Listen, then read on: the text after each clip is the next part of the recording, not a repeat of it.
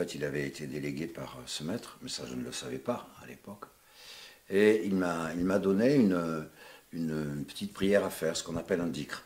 Chez nous, on appelle ça un dhikr. C'est une invocation, une petite... voilà.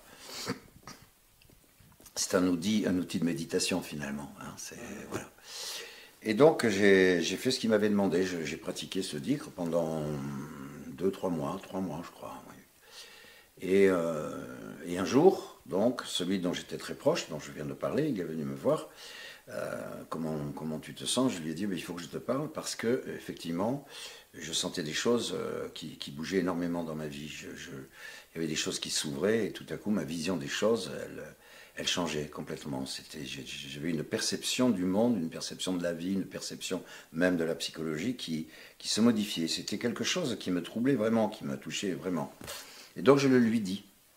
Et là, il me dit, il me dit, viens avec moi. On quitte la table, on était autour d'une table, et il monte les escaliers, je dirais, de sa maison.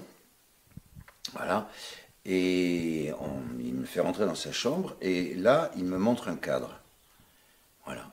Un cadre dans lequel il y avait une photo de son maître.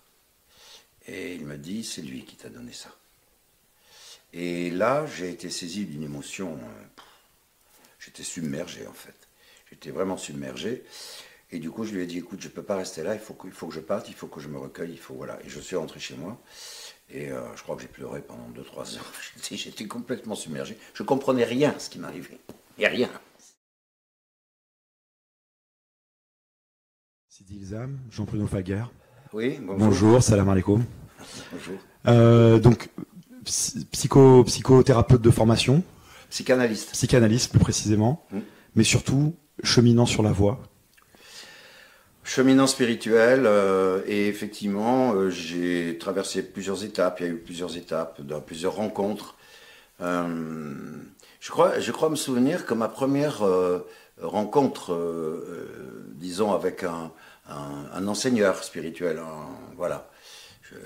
C'était avec un homme qui s'appelle Douglas Harding.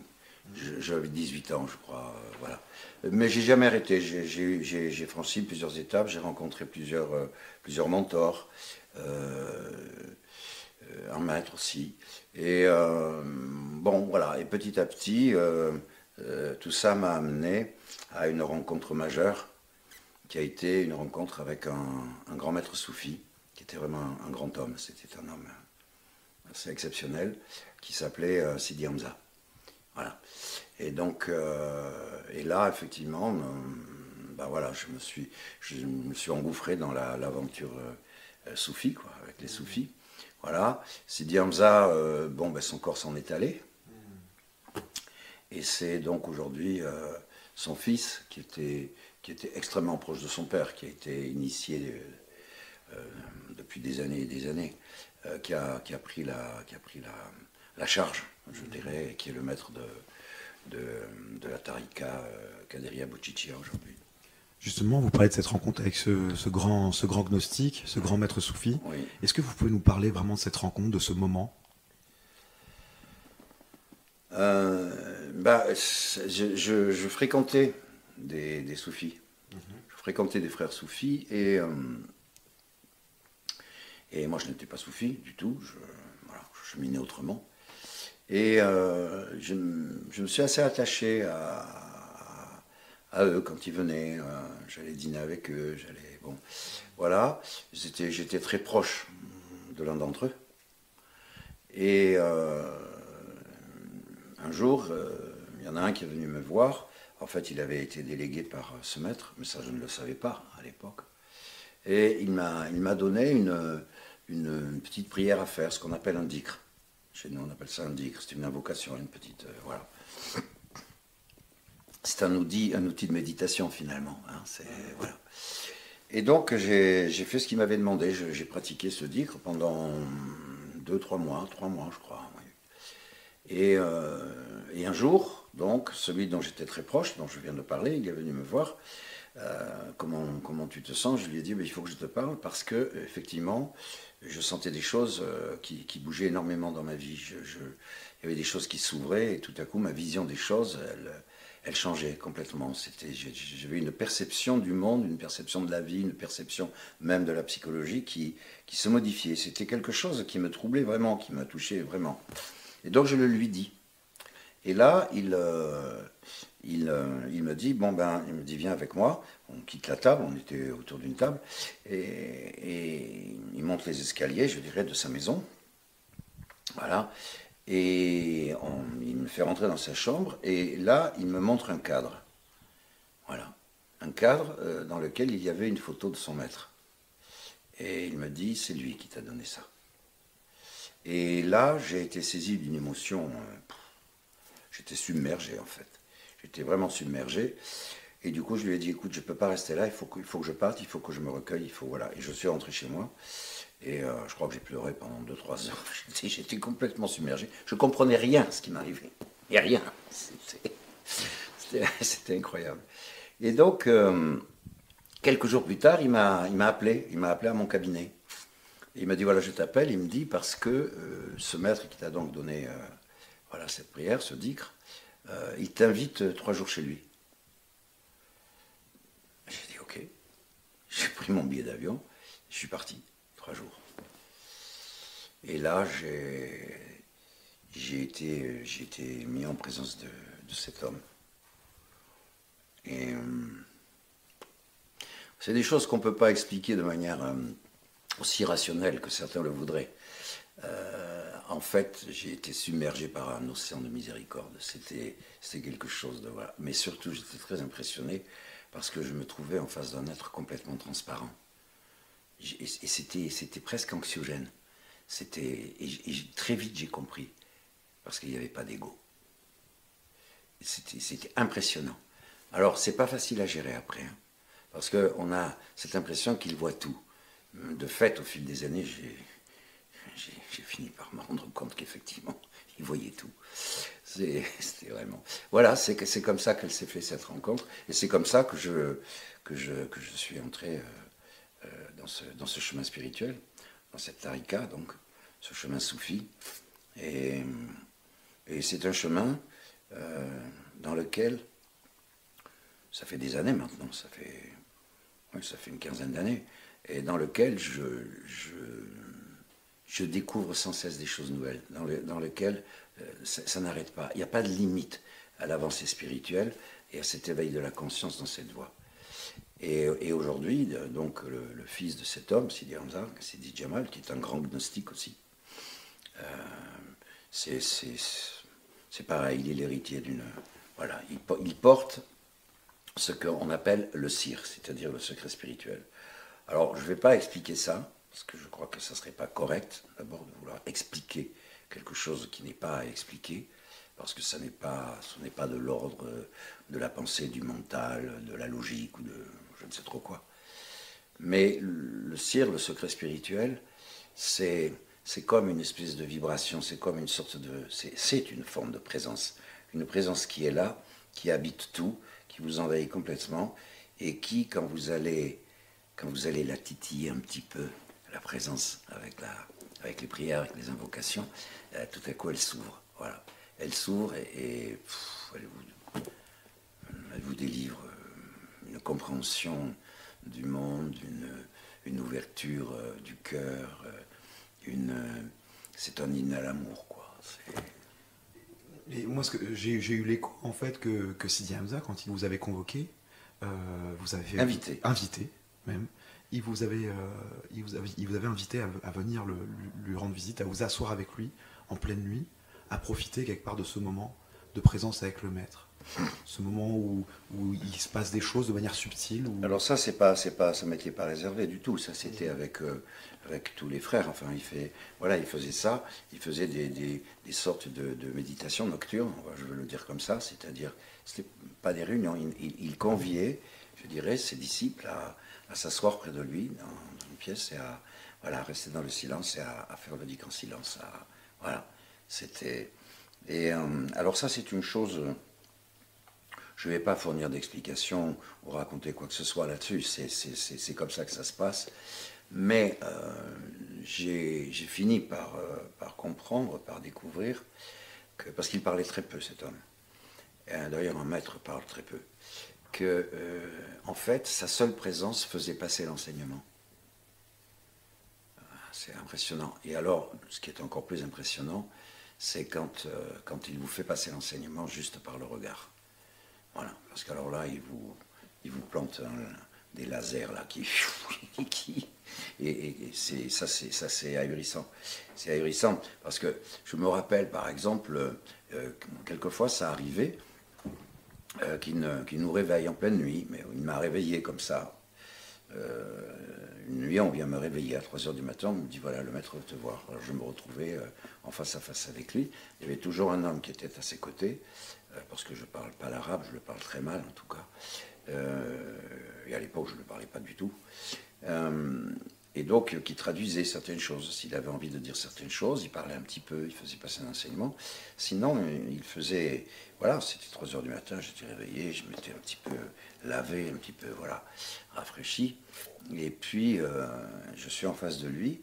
Et là, voilà, pas de parole, juste le regard, la présence. C'est... Bon, c'est impressionnant. Et alors, quand je suis sorti de cette visite, avant d'arriver, je me disais, je me recoucherai après. J'ai pas dormi pendant 2 jours. Et j'ai pas pu aller me recoucher. J'étais survolté. J'étais complètement survolté. Habité par une énergie... remplie. Incroyable. Ah, c'était incroyable. Bon, mais ça encore, voilà. Je vous dis, vous voyez, je témoigne, je vous dis ce qui s'est passé. Je ne l'explique pas. Je ne veux surtout pas rentrer là-dedans parce que ça, c'est pas bon. C'est vivant, quoi. C'est complètement vivant. C'est un vécu très intense. Très intense. Voilà, il y a très peu de paroles, il y a très peu de mots. Voilà. Et quand on est saisi par cette lumière-là, très vite, en tout cas en ce qui me concerne, j'ai compris que ça se passait de toute forme d'explication, qu'il fallait surtout pas que je laisse le mental s'emparer de ça. Mais alors surtout pas. Commencer à commenter, à rentrer là-dedans. Mais ça, je l'ai compris intuitivement très vite. Voilà. Bon, c'est une autre affaire, ça. Et j'ai cru comprendre que assez rapidement, vous avez eu un rôle à jouer en tant que disciple. Il s'est passé quelque chose autour de... Bah, c'est-à-dire que... Oui, je ne le dirais pas tout à fait comme ça. Je ne sais pas si je peux dire que j'avais un rôle à jouer. Non, c'est plutôt, voilà. Ce qui se passait, c'est que au moment où Sidi Hamza m'a demandé, m'a invité plus exactement, voilà, à venir le voir, quelques mois plus tôt, j'avais reçu une sorte de visite la nuit, j'avais été visité par quelque chose de très fort. Ça s'était passé une nuit en Tunisie. Bon, il faut que je vous raconte un peu ça. En fait, j'avais été visiter une mosquée du 11-12e siècle, qui était une très vieille mosquée qui était au sommet d'une colline, qui est très connue dans le sud tunisien, qui s'appelle la colline de Chénini. Et on grimpe à pied. J'étais arrivé par le côté désert. De l'autre côté de cette colline, c'est par contre des champs cultivés. C'est très curieux. C'est un contraste.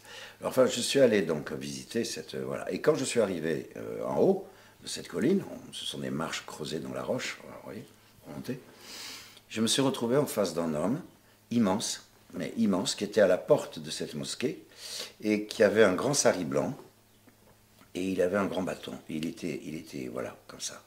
C'était un homme sans âge, 80, 90 ans, je ne savais pas. Et il avait des yeux immenses. Et il me fixait. Enfin, je ne sais pas comment vous dire, j'ai été hypnotisé par le regard de cet homme. Je ne comprenais rien à ce qui m'arrivait. Il ne disait pas un mot, il ne bougeait pas, rien. C'était très impressionnant. Et je suis resté comme ça, fixé, hypnotisé, capté. Et puis quand ça s'est arrêté, il a fermé les yeux, j'ai compris que c'était la fin, voilà, il est resté comme ça. Et le groupe avec lequel j'étais avec une dizaine de personnes, avait disparu, ils n'étaient plus là. Alors j'ai descendu l'escalier, puis je suis allé voir, je me suis dit, ils sont partis, ils sont de retour en bas, quoi. Il y avait une petite boutique pour touristes, vous savez, avec des petits bijoux, des choses comme ça. Et à mesure que je descendais les marches, je sentais très fortement que l'homme qui descendait n'était pas celui qui avait monté. J'expliquais rien, je le savais, je le sentais. Et quand je suis arrivé en bas, je me suis fait un petit peu engueuler par le groupe, parce qu'effectivement, ça faisait une demi-heure qu'ils m'attendaient. Bon, j'avais aucune notion du temps, voilà. Toujours est-il que donc, un an plus tard, je suis retourné là-bas, je suis allé visiter cette mosquée, cet homme n'était pas là, voilà. J'ai demandé à quelqu'un qui était, voilà, j'ai dit, est-ce que vous savez, ouais, voilà, etc. et tout. Il me disait, mais oui, mais vous parlez d'un cheikh qui était dans cette mosquée, voilà. Je disais, oui, ben ça doit être ça, parce qu'il était tellement impressionnant. Oui, oui, mais vous savez que il est mort il y a déjà plusieurs dizaines d'années. J'ai pas discuté. J'ai dit, bon là, ça me dépasse complètement. J'étais donc réveillé une nuit, voilà, par une sorte de présence, une sorte de voix intérieure, on va dire comme ça. Vous savez, ce sont des histoires qui sont... Ça me fait toujours drôle de raconter ça, parce que je me dis à chaque fois, il y a des gens qui vont me prendre pour un fou, pour un zinzin, je les comprends, je les comprends bien. En tout cas, c'est comme ça que ça s'est passé. Et donc, ce qui m'était proposé, donc, c'était de créer un travail qui s'appellerait L'autre est une école.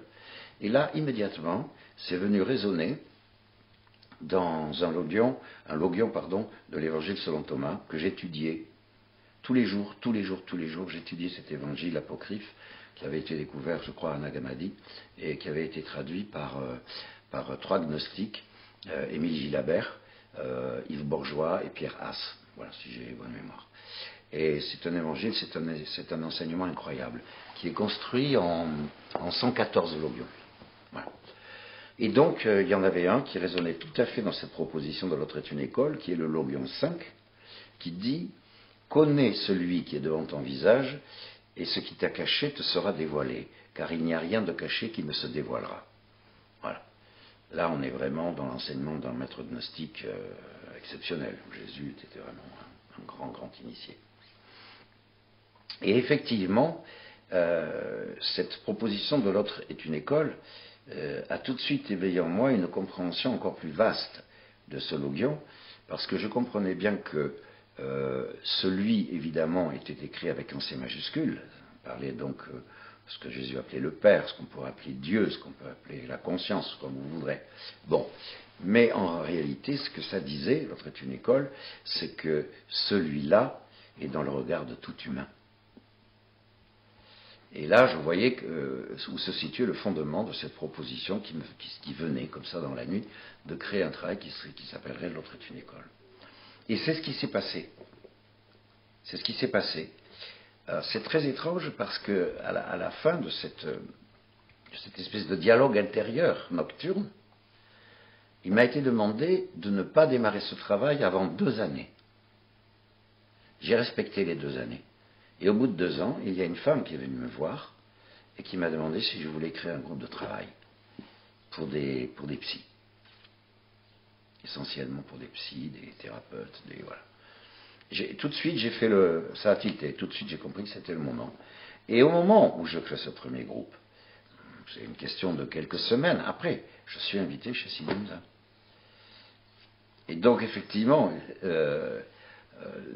finalement, il y avait bien un travail que j'avais commencé à initier, il y avait bien un travail, c'est ce travail de L'autre est une école, dont je n'avais pas encore fait le rapprochement, je ne faisais pas le lien, je ne pouvais pas le faire de toute façon tant que je n'avais pas rencontré ce maître, et tant qu'il ne s'était pas passé tout ce qui s'est passé. Mais très vite, j'ai compris que voilà, il y avait quelque chose là qui, en fait, était aussi au service de ce travail, c'est-à-dire de cette voie soufie. Bon, et donc j'ai compris petit à petit que, en fait, il y avait une ouverture qui se créait. Et donc, dans le travail L'autre est une école, je reçois tout le monde. Des bouddhistes, des chrétiens, des athées, quelles que soient les confessions. Et des gens, bien évidemment aussi, des soufis, voilà. C'est-à-dire tout le monde vient. C'est un travail, finalement, qui tient compte très fortement de la nature psychologique de la créature humaine. Parce qu'une créature humaine est une créature éminemment psychologique, du fait qu'elle a un mental, un ego et un corps émotionnel affecté. Voilà. On ne peut pas échapper à ça. On peut pas. Voilà, on peut essayer de faire l'impasse là-dessus. On peut dire ouais, mais la psychologie, c'est voilà, voilà, si on veut. Mais on a une histoire psychologique et on la porte en nous. Voilà, on a un corps émotionnel affecté que j'appelle l'enfant intérieur. Lui, il est là. Hein. Alors on peut faire semblant de l'ignorer si on veut, mais voilà. Sauf que Sidi Hamza, lui, s'y trompait pas du tout. Il savait qu'on ne pouvait pas faire l'économie de ça. Et là, il me l'a fait comprendre très vite. Parce que je lui ai rendu 2, 3, 4 visites que je rapprochais, parce que j'adorais être en compagnie de cet homme dans sa. Et puis c'est toujours le cas aujourd'hui. Et effectivement, un matin, il y a quelqu'un qui était un de ces hommes de confiance qui faisait le lien avec les autres, qui vient me voir et qui me dit voilà, Sidi Hamza, il te demande si tu peux recevoir 2 personnes pour une consultation, parce qu'ils ne sont pas très très bien. Et là, j'ai une première réaction. Je dis à cet homme, je lui dis ah non, je ne suis pas ici pour recevoir comme dans mon cabinet, je ne suis pas ici pour ça, etc. Et là, cet homme me dit oui, je te comprends bien, mais c'est Sidi Hamza qui te demande ça, on ne te demande pas ton avis. On te demande de faire ça. Et donc, je les reçois. Effectivement, c'était des hommes qui étaient psychologiquement extrêmement troublés, qui étaient en difficulté. D'accord ? Et le premier que je vois, il me raconte sa première rencontre avec Sidi Hamza, qui lui avait dit, il me rapporte ce que Sidi Hamza lui avait dit.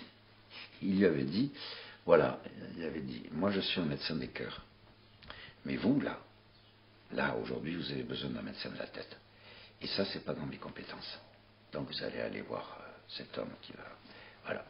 Et ça, c'était extraordinaire, parce qu'il faisait passer plein de messages à travers ça. Et notamment, il me faisait passer un message très clair, c'est qu'il n'ignorait pas du tout la réalité psychologique de la créature humaine, et que ça, c'était un aspect de l'humain qu'on ne pouvait pas mettre aux oubliettes, sous prétexte qu'on démarrait un chemin spirituel.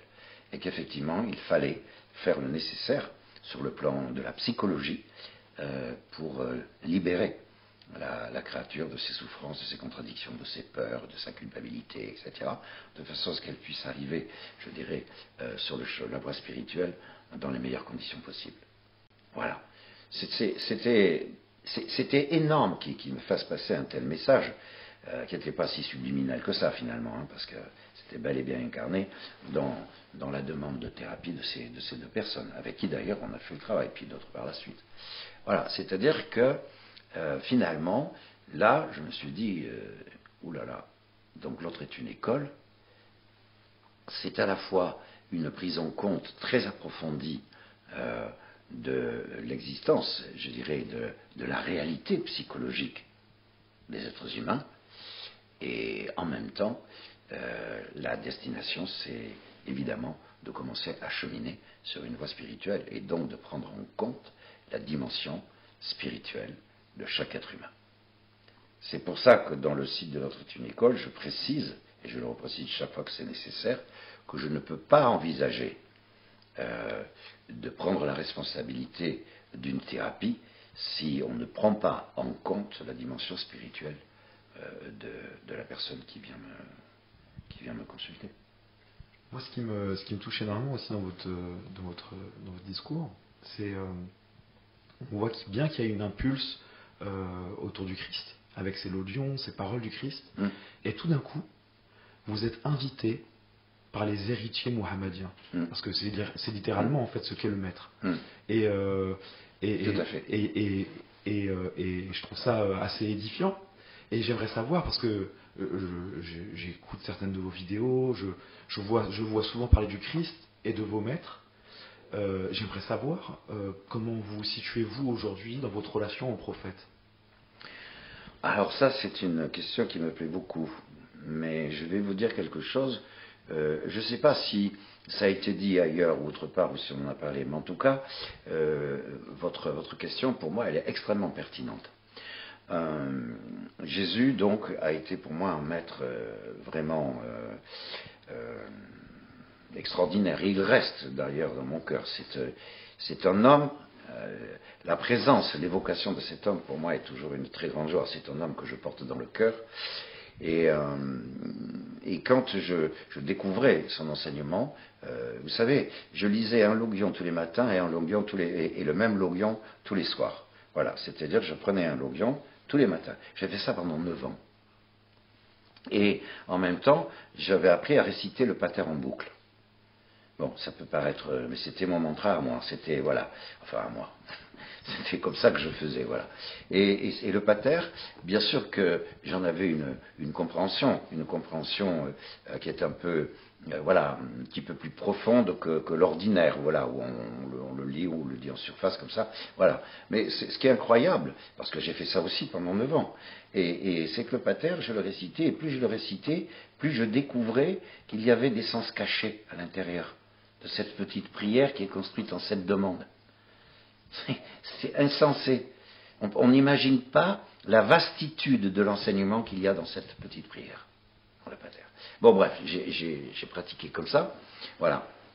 Et donc, bien évidemment, ce sont des gnostiques qui m'ont accompagné. Émile Javert est un grand gnostique sur je dirais, l'intégration de cet enseignement. D'accord ? Voilà.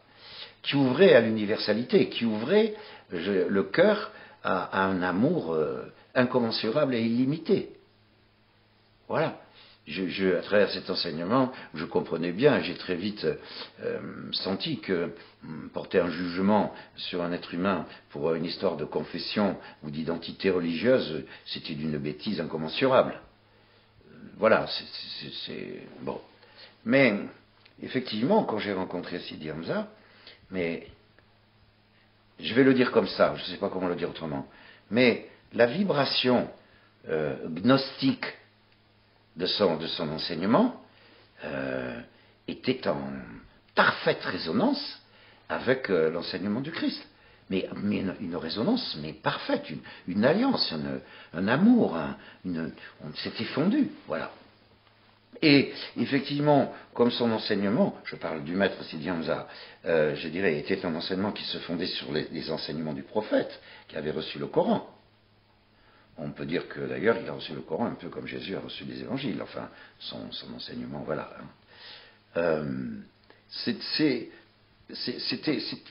Ça a été complètement.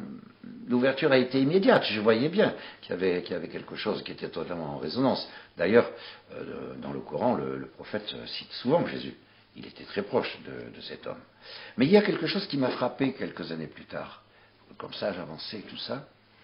C'est la manière dont, à la suite de la disparition de Jésus, on va dire, voilà, je veux le dire comme ça, comment je sais pas, c'est introduit dans l'humanité, dans une certaine humanité, je dirais,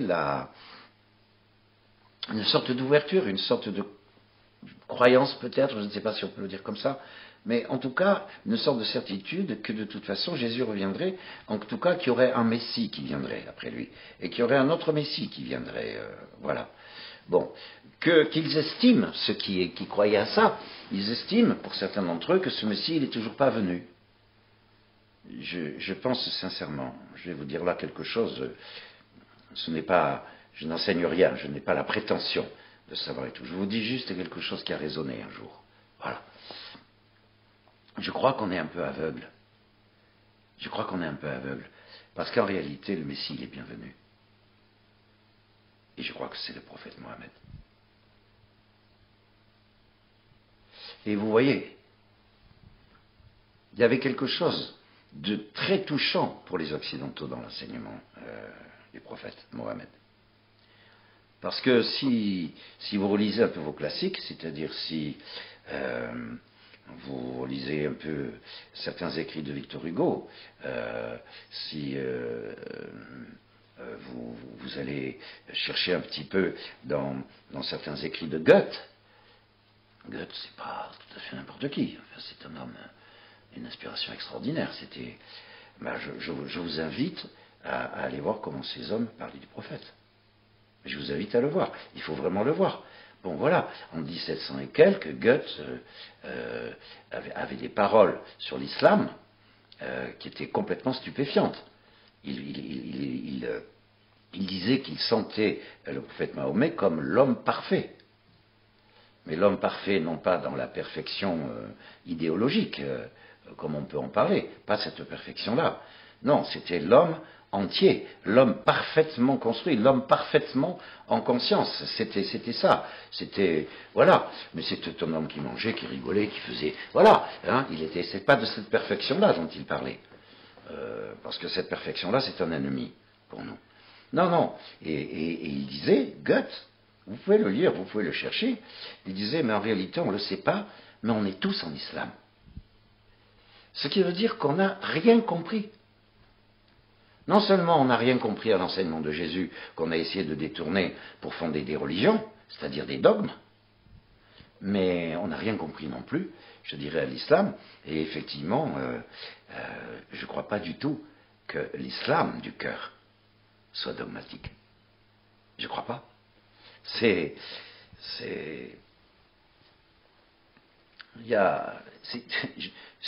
Vous voyez, ces dogmes qui s'opposent et ces guerres, je crois que c'est une abolition de l'intelligence humaine.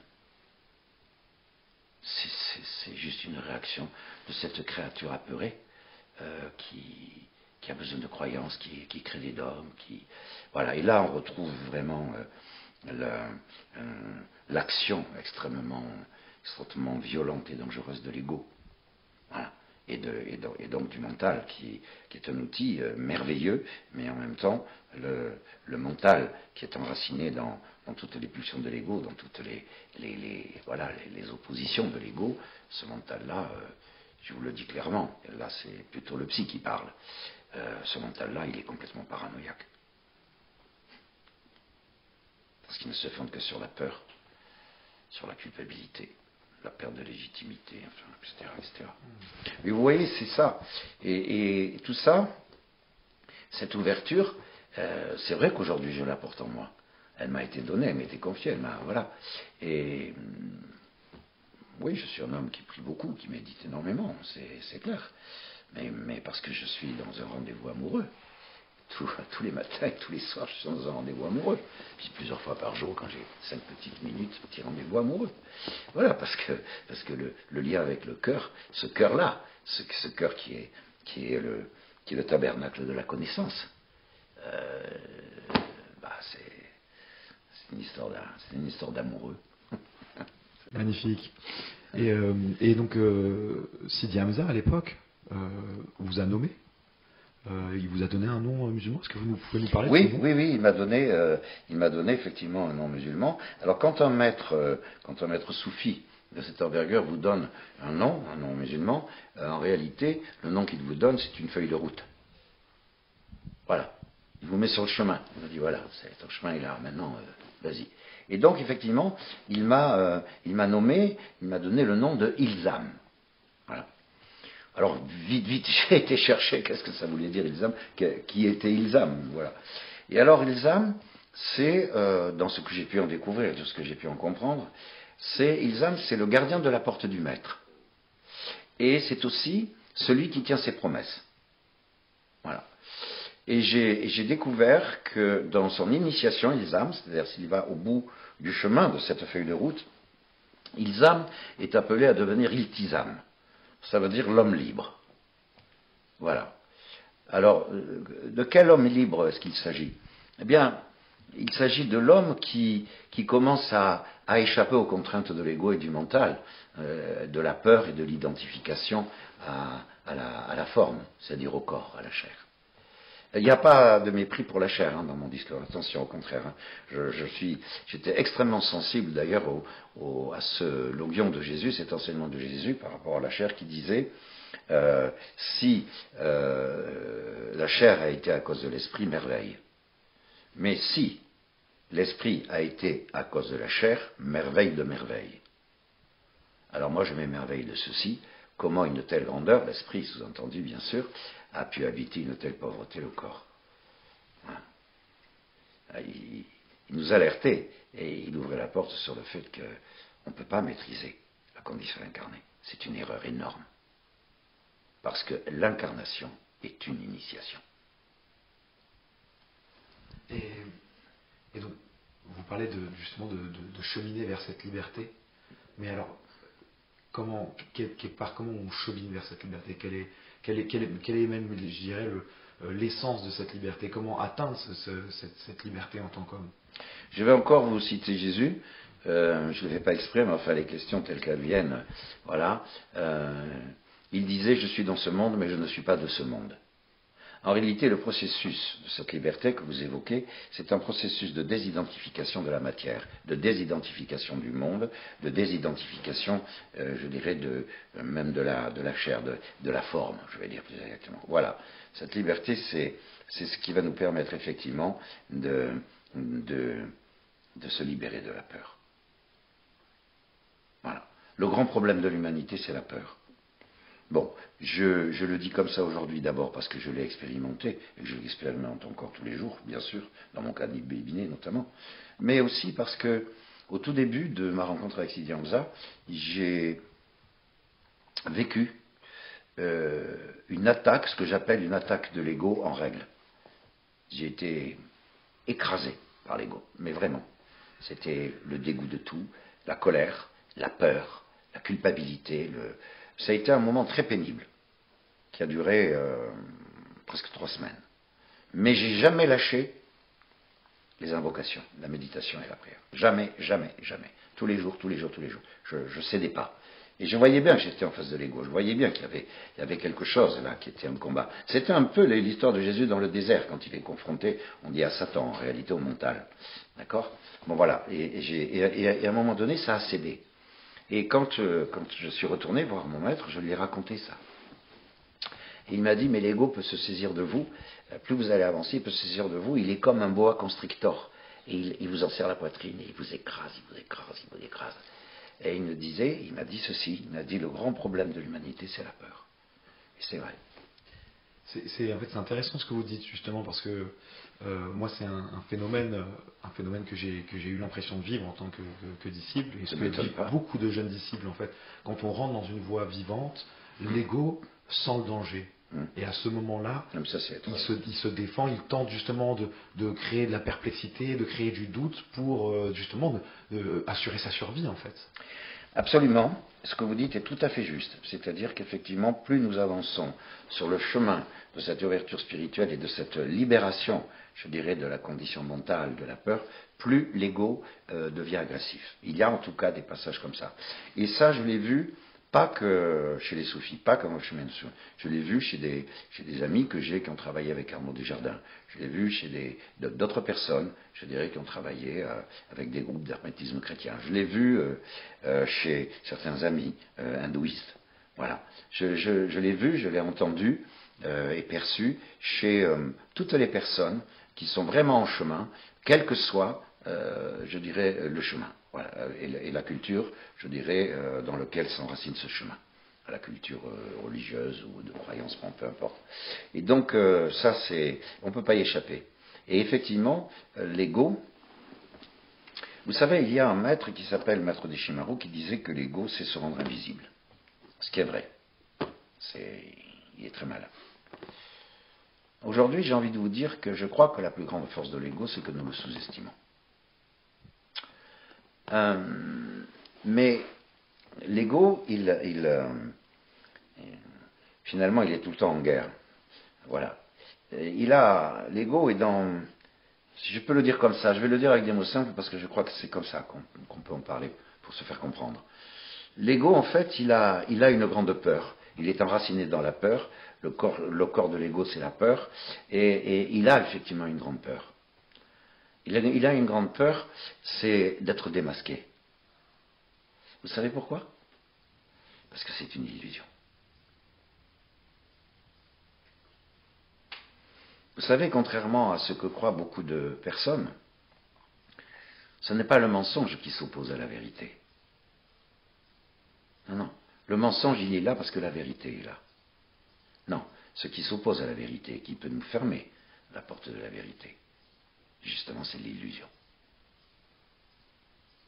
Et l'ego, il a à son service un outil extraordinaire, le mental. Le mental qui nous propose sans cesse toutes sortes de scénarios. Et les scénarios ne s'arrêtent jamais.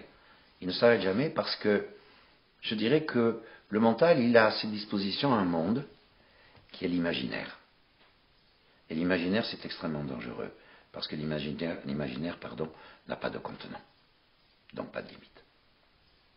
Si on ne se prend pas conscience de ça, si on ne fait pas un travail, si on ne stoppe pas, si on ne calme pas ce mental, et si on n'entame pas une sorte de travail, voilà, d'étude, et finalement, avec l'ego, pour comprendre ce qu'il est, pour voir comment il nous manipule, parce qu'il nous manipule sans cesse, c'est terrible, parce qu'on a une vie difficile là. Justement, ce que vous dites, ça me fait évoquer en fait que on a une nature qui tend vers un éparpillement, une multiplicité, oui. Et que quelque part, avec un cheminement spirituel, on se réunifie, complètement.